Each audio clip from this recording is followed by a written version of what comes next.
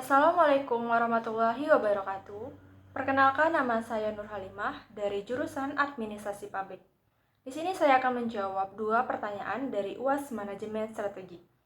Pertanyaan pertama, pada proses manajemen strategi perlu dilakukan analisis lingkungan. Kapan waktu yang tepat untuk melakukan analisis lingkungan tersebut? Jelaskan.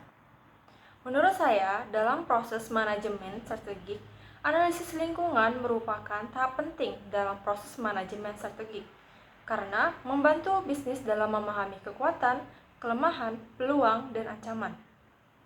Waktu yang tepat untuk melakukan analisis lingkungan adalah pada tahap formulasi strategi. Pada tahap ini, analisis lingkungan membantu perusahaan memahami situasi internal dan eksternal yang mempengaruhi keberhasilan strategi. Analisis ini dilakukan untuk menentukan arah dan tujuan strategis yang sesuai dan realistis. Dengan demikian, analisis lingkungan memainkan peran penting dalam mengarahkan perusahaan menuju kesuksesan. Analisis lingkungan terdiri dari analisis internal dan eksternal. Analisis lingkungan internal meliputi faktor-faktor seperti keahlian dan pengetahuan sumber daya manusia, kemampuan organisasi, dan kekuatan, serta kelemahan yang dimiliki perusahaan. Sedangkan analisis lingkungan eksternal meliputi faktor-faktor seperti lingkungan umum, lingkungan industri, dan kekuatan serta persaingan. Dengan mempertimbangkan faktor-faktor ini, perusahaan dapat menentukan strategi yang sesuai dan efektif untuk mencapai tujuan strategis. Yang kedua yaitu soalnya tahapan keempat dari proses manajemen strategik adalah mengimplementasikan dan mengeksekusi strategi. Jelaskan apa yang dilakukan pada tahapan ini dan bagaimana mekanisme kerjanya. Tahapan keempat dari proses manajemen strategik adalah mengimplementasikan dan mengeksekusi strategi. Pada tahapan ini, perusahaan mengimplementasikan strategi yang telah dibuat dan mengawasi pelaksanaannya untuk mencapai tujuan strategis.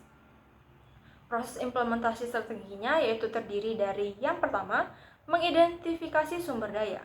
Sumber daya ini meliputi sumber daya manusia, teknologi, dan fasilitas. Yang kedua yaitu mengembangkan rencana aksi. Perusahaan harus mengembangkan rencana aksi yang jelas dan spesifik untuk mengimplementasikan strategi. Yang ketiga yaitu mengawasi pelaksanaan. Perusahaan harus mengawasi pelaksanaan strategi dengan cara mengawasi kemajuan, mengidentifikasi hambatan, dan mengambil tindakan koreksi jika diperlukan. Yang keempat yaitu mengukur hasil.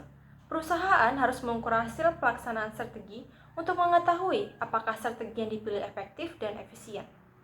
Kemudian, mekanisme kerja pada tahapan ini meliputi yang pertama yaitu komunikasi. Komunikasi merupakan kunci untuk mengimplementasikan strategi. Karyawan harus memahami tujuan strategi dan peran mereka dalam mencapai tujuan tersebut. Yang kedua yaitu koordinasi, yaitu koordinasi antara departemen dan tim dalam mencapai tujuan strategi. Yang ketiga yaitu kontrol, yaitu perusahaan harus mengawasi kemajuan dan mengidentifikasi hambatan untuk mengambil tindakan koreksi. Yang keempat yaitu pengukuran dan evaluasi, yaitu di mana perusahaan harus mengukur hasil pelaksanaan strategi dan mengambil tindakan koreksi jika diperlukan. Dengan demikian, tahapan keempat dari proses manajemen strategi yaitu mengimplementasikan dan mengeksekusi strategi memainkan peranan penting dalam mencapai tujuan strategis. Baiklah, sekian jawaban dari saya. Lebih dan kurang saya mohon maaf. Saya akhiri dengan Assalamualaikum warahmatullahi wabarakatuh. Audio Jungle.